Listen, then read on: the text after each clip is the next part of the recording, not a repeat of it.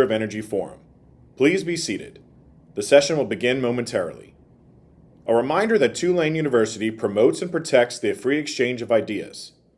Freedom of expression includes the ability to engage or not to engage in the exchange, examination, and discussion of ideas. It does not include the right to disrupt the freedom of others. Therefore, we prohibit the physical or virtual disruption, shouting down, blocking, or suppressing of a protest, a demonstration, program, or an invited speaker's right to speak. Please note that disruptions of this nature may result in the removal from the event. Good morning and welcome to Tulane University. It is my pleasure to introduce our first session, Fuel, Building the Energy System of Tomorrow. If time allows, at the end of the session, the panel will take questions submitted by the audience. To submit a question, please scan the QR code located on the screen. Please be sure to silence your cell phones. Enjoy the conversation, and please join me in giving a warm welcome to our moderator, Kimberly Gramm, Chief Innovation and Entrepreneurship Officer at the Tulane University Innovation Institute.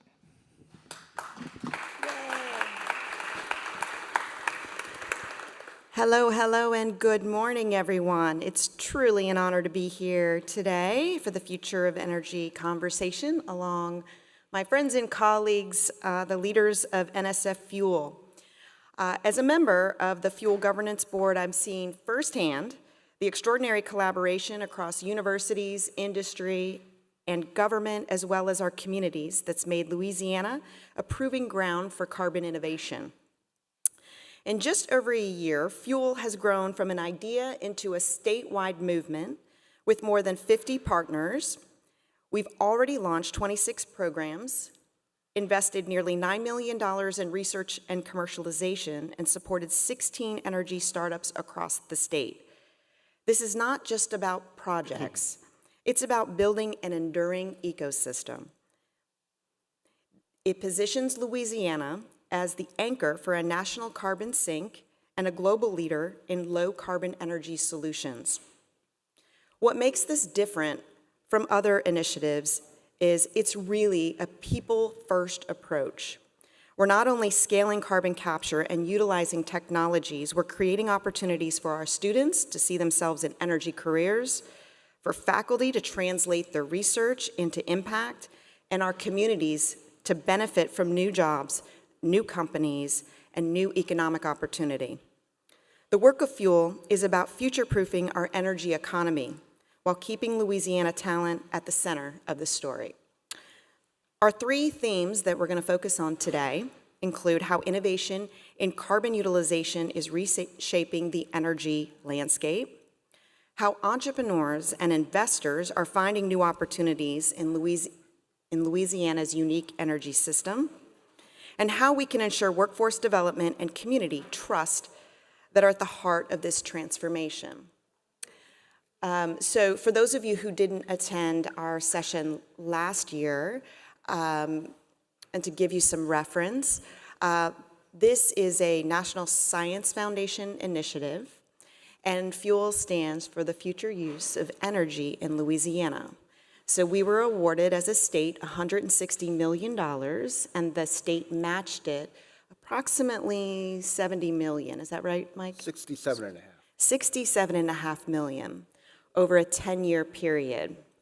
We were, at the time, one of 10 engines that were awarded, and somehow we beat out Texas. Hello to all my Texas friends out there. And so let's get started.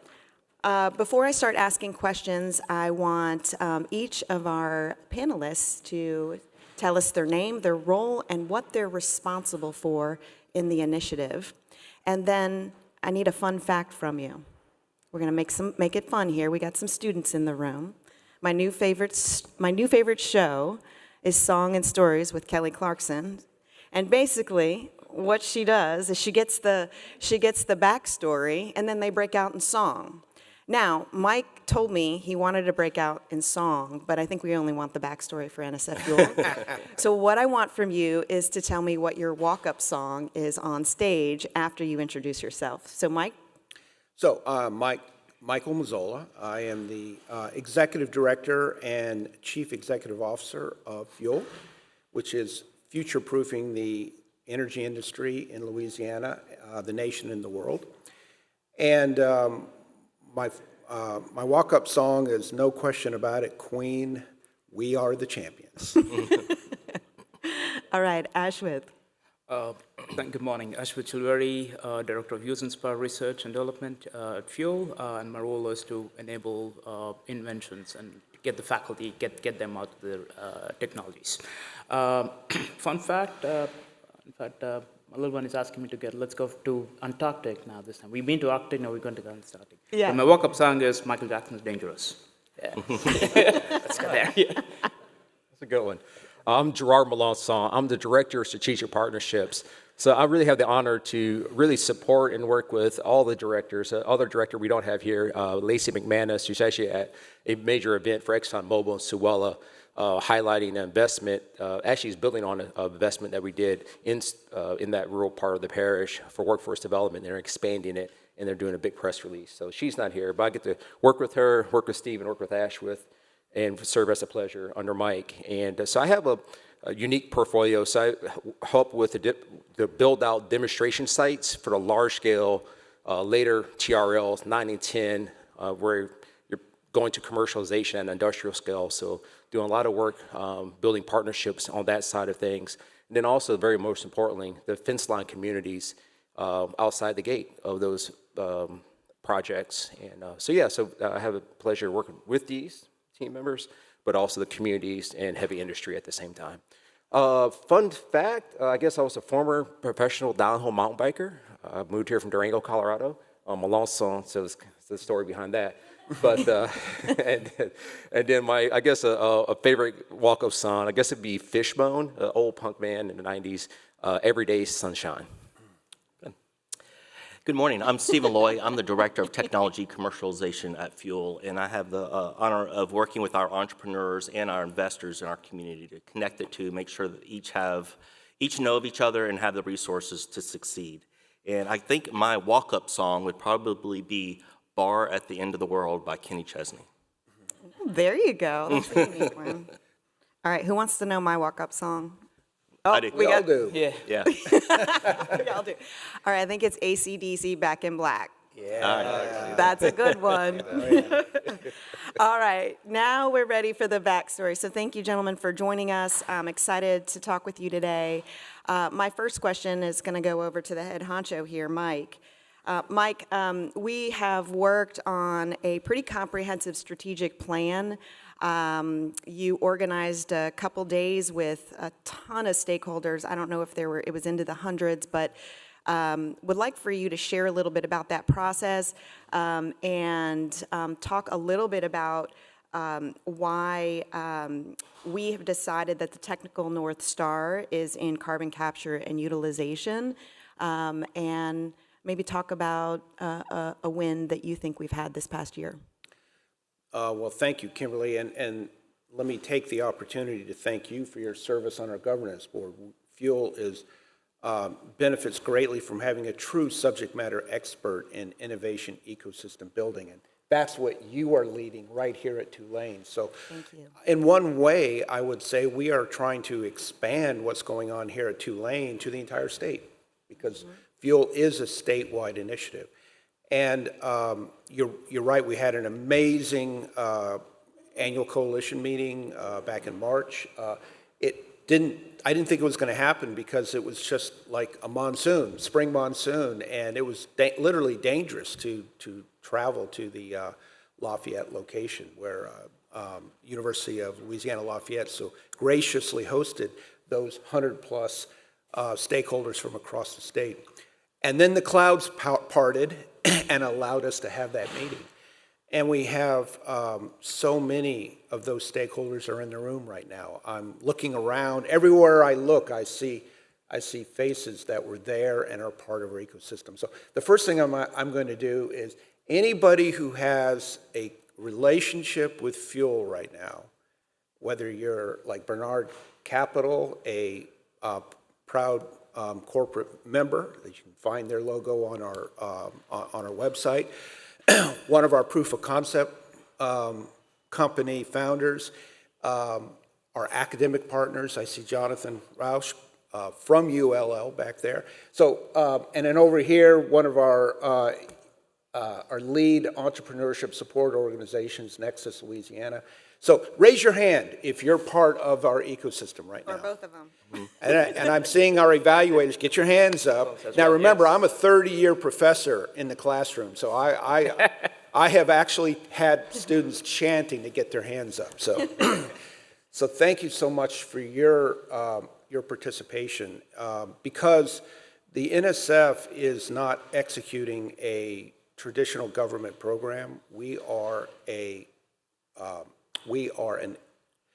people in place ecosystem, and what we're creating here is for the people here, and it should be forged from the ideas and the skill sets that we excel at.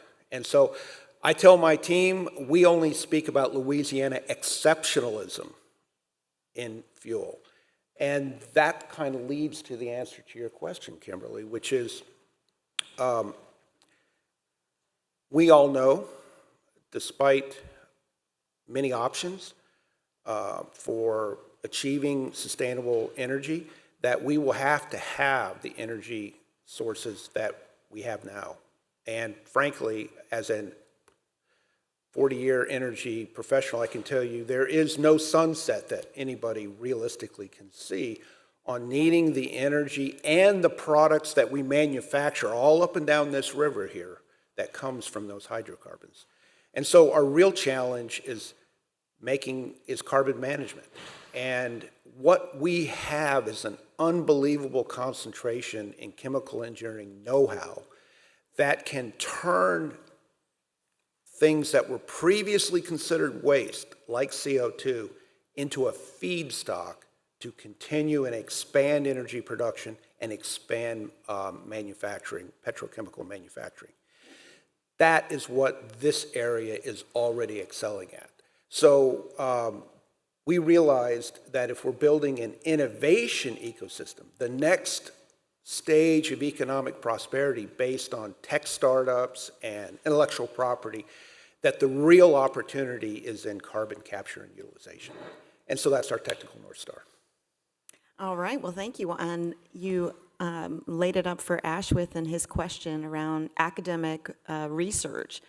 And so you're playing in a really tough space. I'm at a university and I know how difficult it is to go from lab to market. And you lead an initiative called Use-Inspired Research, which means you're trying to match industry with our know-how. So let's talk about that for a minute. How's that going? It's going great. In fact, like as you mentioned, both of these two worlds are completely different, and they operate differently, and the missions are different, and fuel is like that intermediary, right? And as a channel, we tune to their frequencies, and enabling those environments that could create co-innovation or co-creation of these technologies, right? So, and good, interesting part of use-inspired research is that it demands a pre-existing merit or a value-add component that would allow us to get into a near-term IP or even industry investments, attract some of those investments, as well as also expand on the IP, right? So if I have to put this into a simple perspective, right, the existing scientific curiosity or R&D could be the seeds. Use-inspired R&D is like the fertile soil that allows these technologies to further enhance and grow further, and IP would be our harvest. So in the first year one, as we're progressing into year 3, 5, we had good success. We had a good portfolio of technologies. Interesting, we have an invention disclosure a couple of weeks ago. Excited about that. And 2 or 3 other projects are on the verge of getting, progressing, attracting some industry participation. So excited, yes. That's great. So industry wants, what does industry want? Speed, right? New knowledge takes time to build. And so the space in between, in the investor world, they call that the valley of death. And because it just takes a long time to get to a there, right? I know that we've made some investments in projects. And from my stats, it's 1.6 million have been awarded to 10 projects. Can you maybe share what one of those projects is and what project is ready for immediate need and translation? Sure. So like I mentioned about, there are a couple of projects ranging from, although, like as Mike mentioned, carbon utilization, carbon to molecules, these are technical North Star.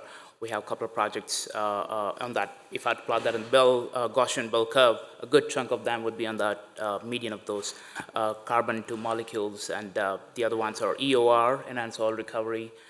That's something that we had in invention disclosure more recently, and there are a few on hydrogen storage. And by the way, so most of these technologies are RFPs. Last year, during the same panel, we were discussing about RFPs being out. 1 year down the line, we're seeing that these technologies are already getting into fruition and getting that commercial viability or establishing that. So in addition to that, biomass-based fuels and carbon CCS, techno-economics, so all of that gamut of all of that carbon management is into this picture, yes. Have there been any bumps in the road? We love it. We embrace those challenges, right? It's inevitable in any, and in fact, you're an ecosystem expert, right? So it's common, and that's the reason that inertia is what exactly excites us, inspires us day in, day out. And for instance, when we met for the coalition meeting back in March, right? And well, it was always a challenge to connect academic faculty, who is always, I'm a faculty by heart, so siloed. It's hard to connect him to the industry partner out there. Mm-hmm. So how do we connect those dots? So we came out, we listened to all their 50-some consortium partners across the state, innovation ambassadors, right? So who would be sitting in the academic folk, who would be helping us kind of connecting those dots. And we have an industry advisory board, which would be helping us connect the industry side of it. So it's more so to kind of connecting these two worlds and matching those frequencies. I was there. That was a very robust discussion. I loved it. Great, thank you for that, Ashwith. So Mike, I want to kind of come back to you and maybe help the audience understand maybe one thing that you're most proud of this past year in terms of accomplishments with the team and what the work is that your organization's doing.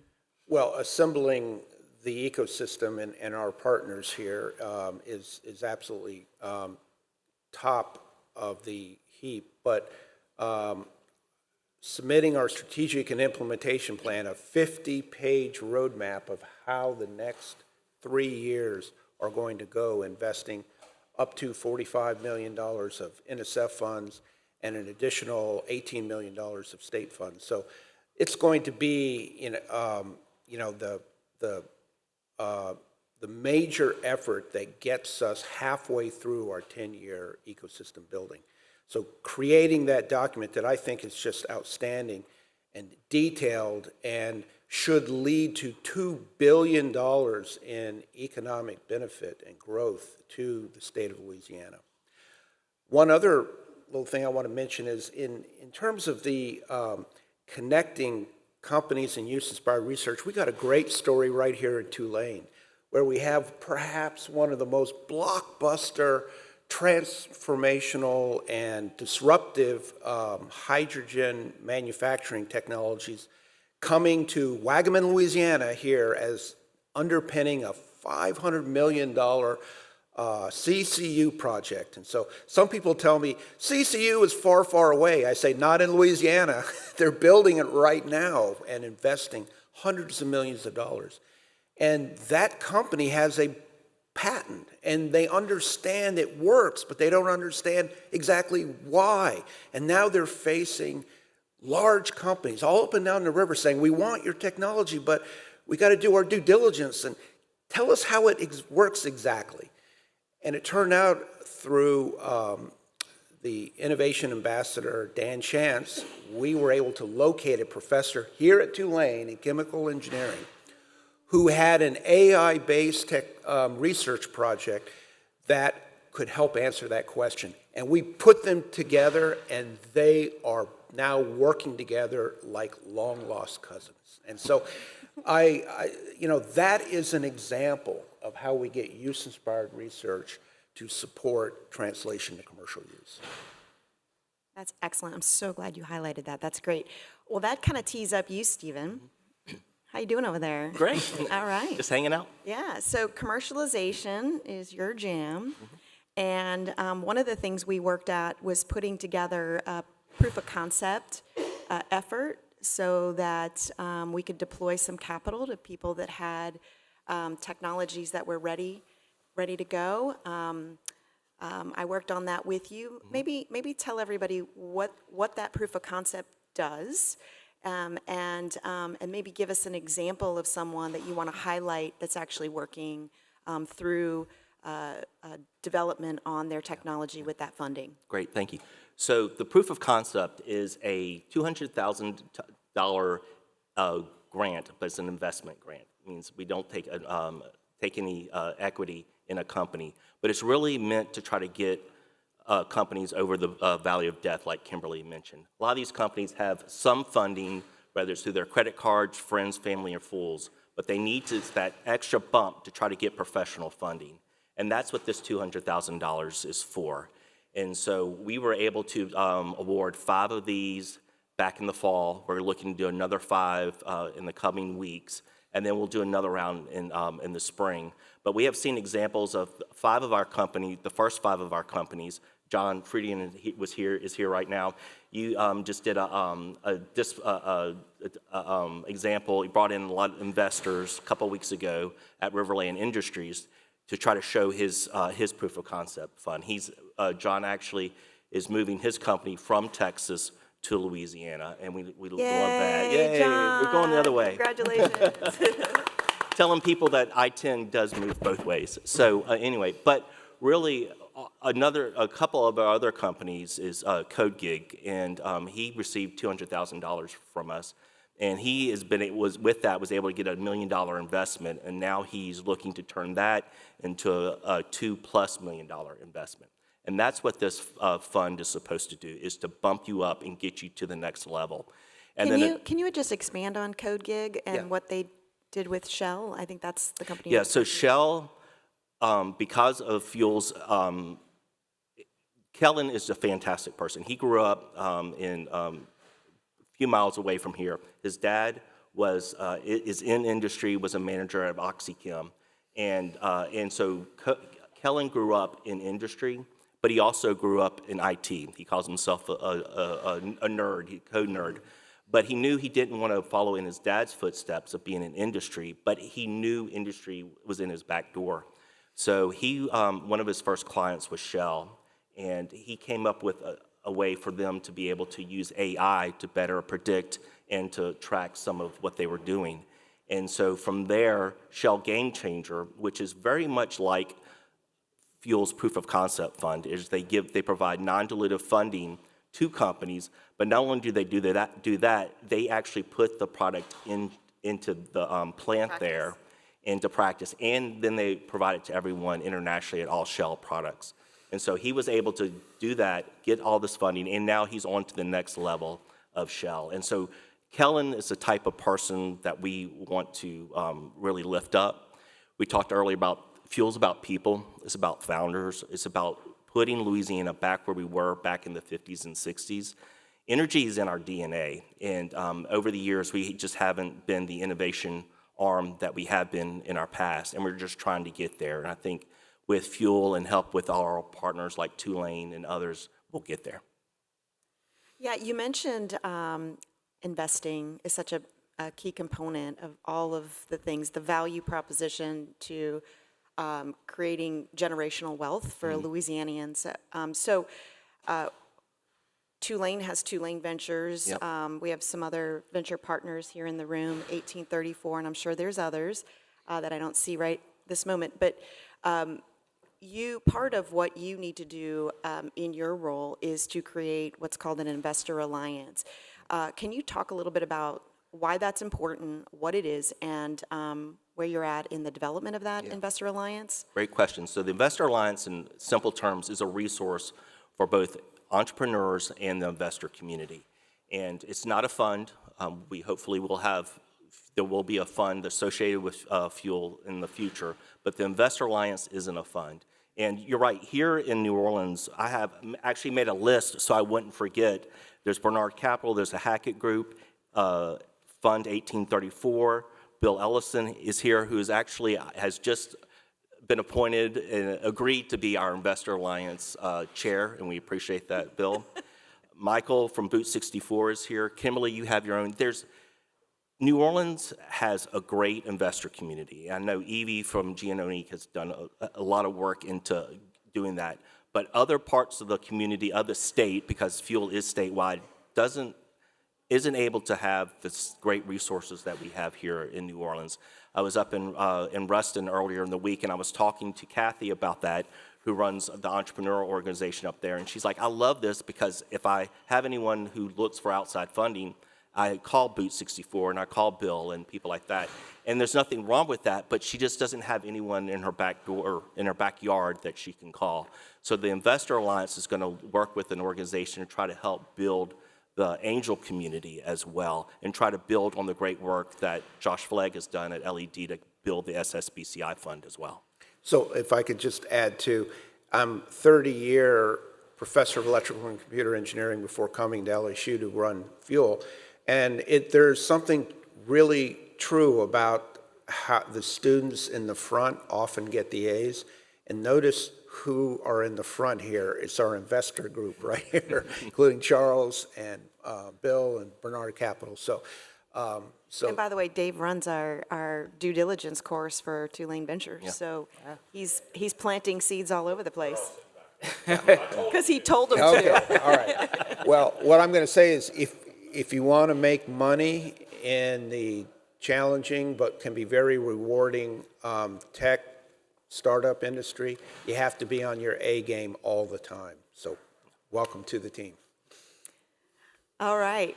So thank you, Stephen, for sharing with us the Investor Alliance. That's an important component for us to be able to scale and do this great work.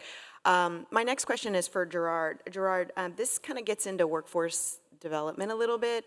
I know you're representing Lacey in this and some of the others, but 13 programs were launched. Would love for you to talk a little bit about that and maybe highlight one you think is relevant for the audience.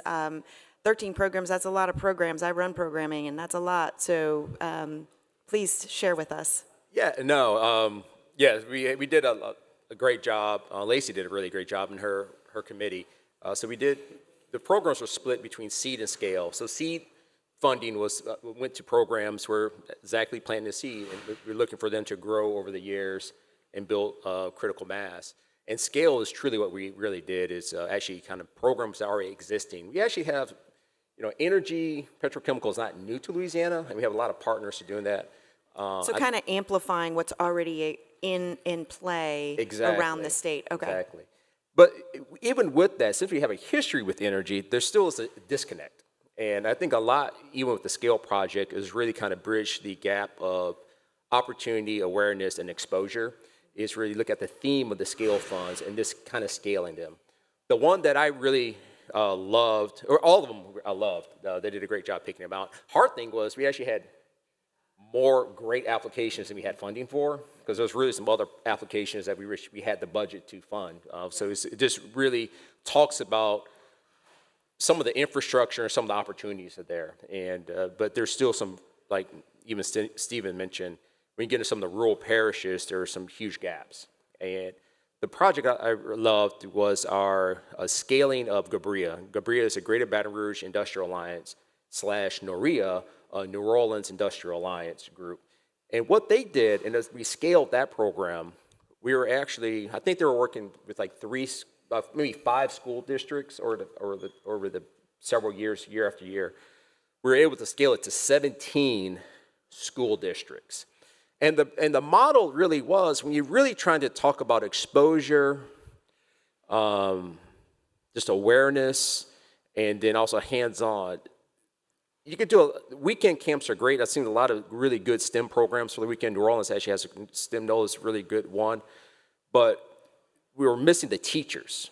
And that's the NORIA was really empowering the teachers, really what petrochemical does behind the gate. Even with fence-line school districts, I'm product of two parents that were educators. And, teachers' lives are very busy. They're lesson plans, before and after, PTA meetings, and then you have your own children's life to manage. And you know what you have to teach in the classroom, but understanding what happens in your community, if it's not really intentional, you're not studying, you're not reading the industry bulletins and newsletters and articles. You're just busy with life. And what it was to fund those teachers' exposure, bring them inside the gate, have them talk to plant leaders, to even former students, and kind of understand what is the life of working in the industrial process, and all levels from STEM, science, and business.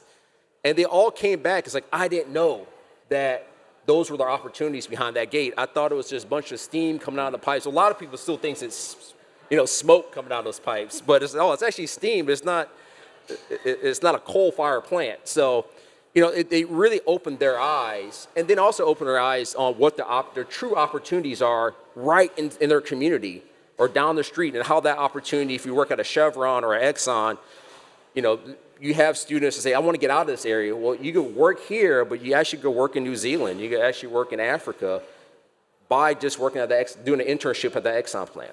So that really, I think, is there, and I think that's going to pay off dividends year after year, because our goal in the next 20 years is to be the Silicon Valley of the future of energy in Louisiana. And so we have to have our teachers along that journey, so our teachers can pull our communities into that process and educate them. I love that. So let's kind of switch gears and talk about higher ed. I know close to your heart is a veterans program that you initiated. Can you share with the audience what you're doing there and why that's so important to you and Fuel? Oh, wow. There's so many reasons why I love veterans, and really why they work so well for industry. But it's just the opportunity connection and coupling their experience, just your basic training experience, exposure, willing to take risks, but at a young age, take leadership roles and lead projects. And that's what our industrial partners really want. Also, coupled with that, they are very exposed to new technologies. They're doing cutting edge research, coding, water purifications, off-grid energy systems, and maintaining this equipment in a war zone. And when they go into production and go work for any energy crew, they just accelerate so well. But there's still a disconnect. The military does a great service of training military service people, but just a transition to the civilian world needs to be improved. And so that we really want to be part of that coupling. Only 54% of a veteran uses their GI Bill. So we're really trying to expose, do your GI Bill in this, logistics, computer science, coding, and then also you're in the middle. If you come to Louisiana or from Louisiana, you have a great opportunity to have a great career. So how do you identify them and get them kind of in your pipeline for partnerships? Yes, partnership. So our thing is all about co-innovation. Right. So we work a lot. We work closely with there's veteran organizations within higher ed. Each school has a veteran service group, but also we work very close with the Boot, is a veteran service organization, and Maven Scouts is another organization. Maven Scouts is unique because they're actually scouting IP, underutilized IP in different levels of Department of Defense, and how we could bring that to Stephen, Ashwith for tech commercialization, make those business opportunities with veterans or just with entrepreneurs in the community, but utilizing some of the underutilized military IP that's sitting around. Yeah, very nice. What do you think? Should we take some questions? Are there any questions from the audience? Oh, Charles, I can see your name from here.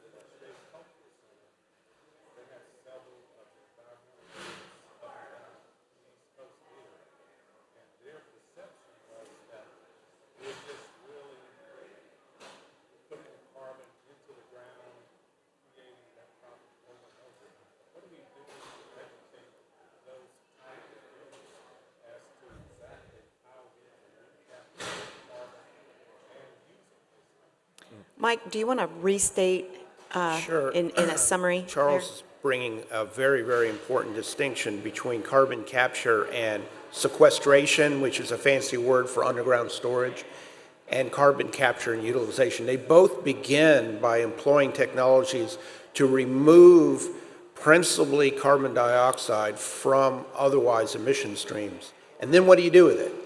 And so that's where you have this bifurcate into you can either store it or you can use it. And I'm going to turn over the answer or Girard, responsibility to Girard about. He's biting his lip. He's ready to answer, right? Yeah, no, He's right. all excited. Mike does a great job with it. No, well, no, we talk about this all the time, but it's a very great question. So, Girard?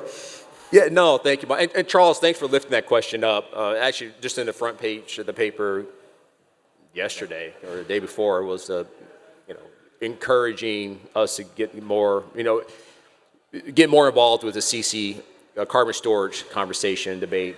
But I think, especially when you talk about fence line communities and you talk about these outside groups coming in, there is myth and reality in a lot of this conversation. And really, it's petrochemical growth in general. There are certain community and certain people are funding no growth of any technology, anything going on. And CCS is carbon capture and storage is just a new enemy and organizing target right now.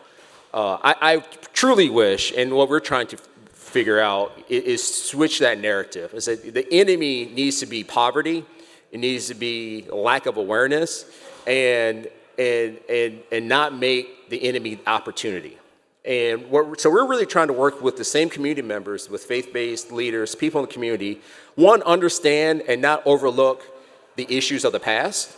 And in the recent history, mistakes do happen in petrochemical, but there's a lot of protocols, a lot of safety, and all the companies, all the majors we work with, and that's why we have an industry, they're all trying to do innovative things to improve our planet and our environment at the same time. And that leaves a lot of opportunities for our students. If they say, hey, I really want to go into the environmental side of the engineering or the chemistry or the electricity side, well, the plants, these majors want your knowledge and passion to help them improve their processes.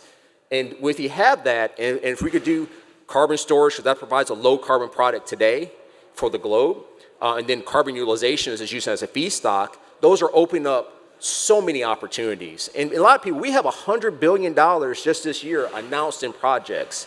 And what these individuals haven't yet to figure out is if you didn't have $100 billion, which really 1 billion equals to roughly about 5,000 jobs, 4,000 direct and about 1,000 indirect. That's a lot of employment. When you have 100 billion 1 year, that should be the opportunity we're lifting and fighting against. If you didn't have that, we're going to be looking at a lot of blight, a lot of decline, and that should scare people more than what the reality is. I grew up in Southeast Chicago. I saw what happened when the manufacturing communities were hollowed out and what went inside to replace it, and it's not a pretty sight. So it's really working with the community and meeting where they are and kind of talk about let the science and the technology and opportunities build that out. And our globe with the ecosystem, if we do this right, in 20 years, people will really see back and say, wow, I'm really glad I didn't fight against that, because not only we have a very functional, efficient plant working in our neighborhood, but we have a lot of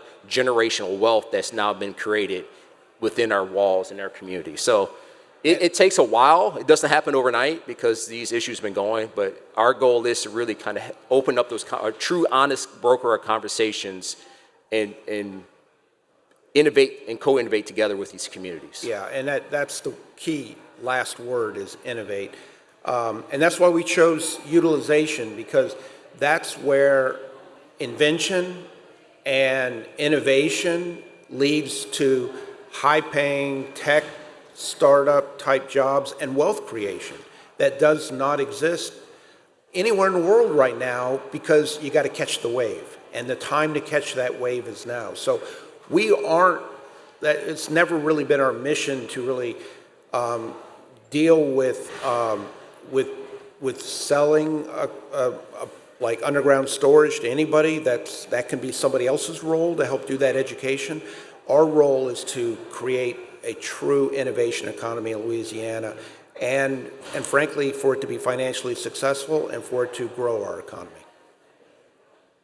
And I'll just say, because I am part of the governing board, that there's a very intentional trust building within communities that happens. It was part of the proposal to receive the funding, and so a lot of those partners are a part of the entire coalition to help us to extend beyond and make sure that they have a voice in how we are co-creating the opportunity. There is, there's just, I think there's only 5 of you. Wait, you have an assistant now, so there's only 6 people on the team to deploy, and so they really do leverage the partners and the relationships that partners have within the communities. And so, but I think that that work is being done, and while wealth generation is key, I think that having those conversations and doing it together are also a key priority. So, any other questions? We have a couple questions submitted via the QR code on the screen. Okay. So the first one is from Tim. He says, thanks for sharing the work that Fuel has been doing. What would you say is the biggest challenge you are working, and what can the community, tech companies, large corporations, and regulators do to support it? Do I have a taker? I'll simply say it's about people. And so we have developed a very detailed strategic and implementation plan, as I said earlier, we're very proud of. Our evaluators are eager here to see and to take every step of the way to make sure we're hitting our numbers. So we're being very corporate in terms of our execution. We're aware of a sense of urgency that we need to have. And so we broke it into missions, not just core programmatic objectives of workforce and use-inspired research and tech commercialization, but missions because we're on a mission. And mission 2 is what I'm called the hiring emergency.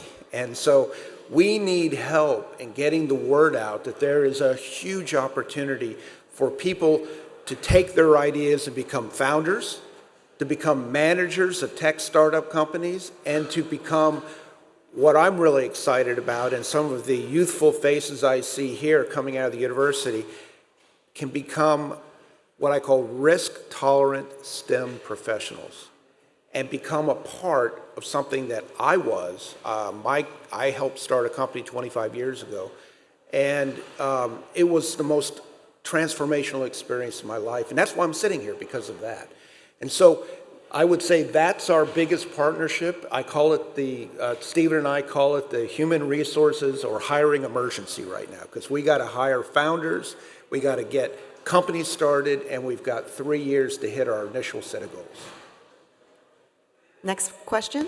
Yes. Our last question is there any scaled example of carbon capture that results in a net reduction of CO2 emissions, which includes the tier 2 or 3 emissions from the usage of the motor fuel production?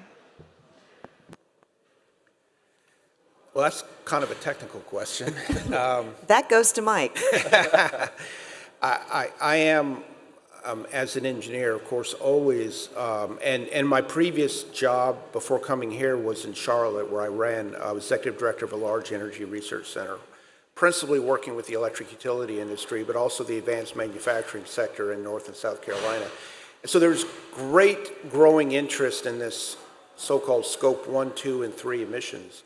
And what we have here in Louisiana, by taking our innate and unusual century-long expertise in chemical engineering, it's the ability to recognize that what is yesterday's waste stream is today's valuable commodity. And so we're now at the point, techno-economically, where carbon emissions can become so valuable that we don't want them going up into the atmosphere. We have an example of that in Wagaman, Louisiana, at the Cornerstone Energy Park, which is our apex innovation infrastructure play right now. And that I mentioned to you, Ube Chemical out of Japan is investing $400 million in a new battery electrolyte precursor manufacturing technology for electric vehicles, which will help others reduce their scope 2, 3, and emissions from automotive engines, for example, as we build capacity for electric vehicles. But their real thing is that they are dramatically reducing, by adopting this disruptive technology that uses catalysts to produce syngas, which is hydrogen and carbon monoxide, to reduce the scope 1 emissions there. What they need is CO2. There's 1 million tons per year from CF Industries being emitted at Cornerstone that Cornerstone has rights to take as soon as the customers need to take it. And so that sort of circular economy for CO2 emissions is what we're doing right now. And it is not pie in the sky, I can tell you. It's the wave to catch right now. And Mike, one thing to add about that, for those who didn't understand all the emissions things, the beauty of that technology makes it so disruptive. You actually could create a blue-green hydrogen at the price of gray. So if you the economics of that, that's why we like that piece of it too. That's what makes it disruptive.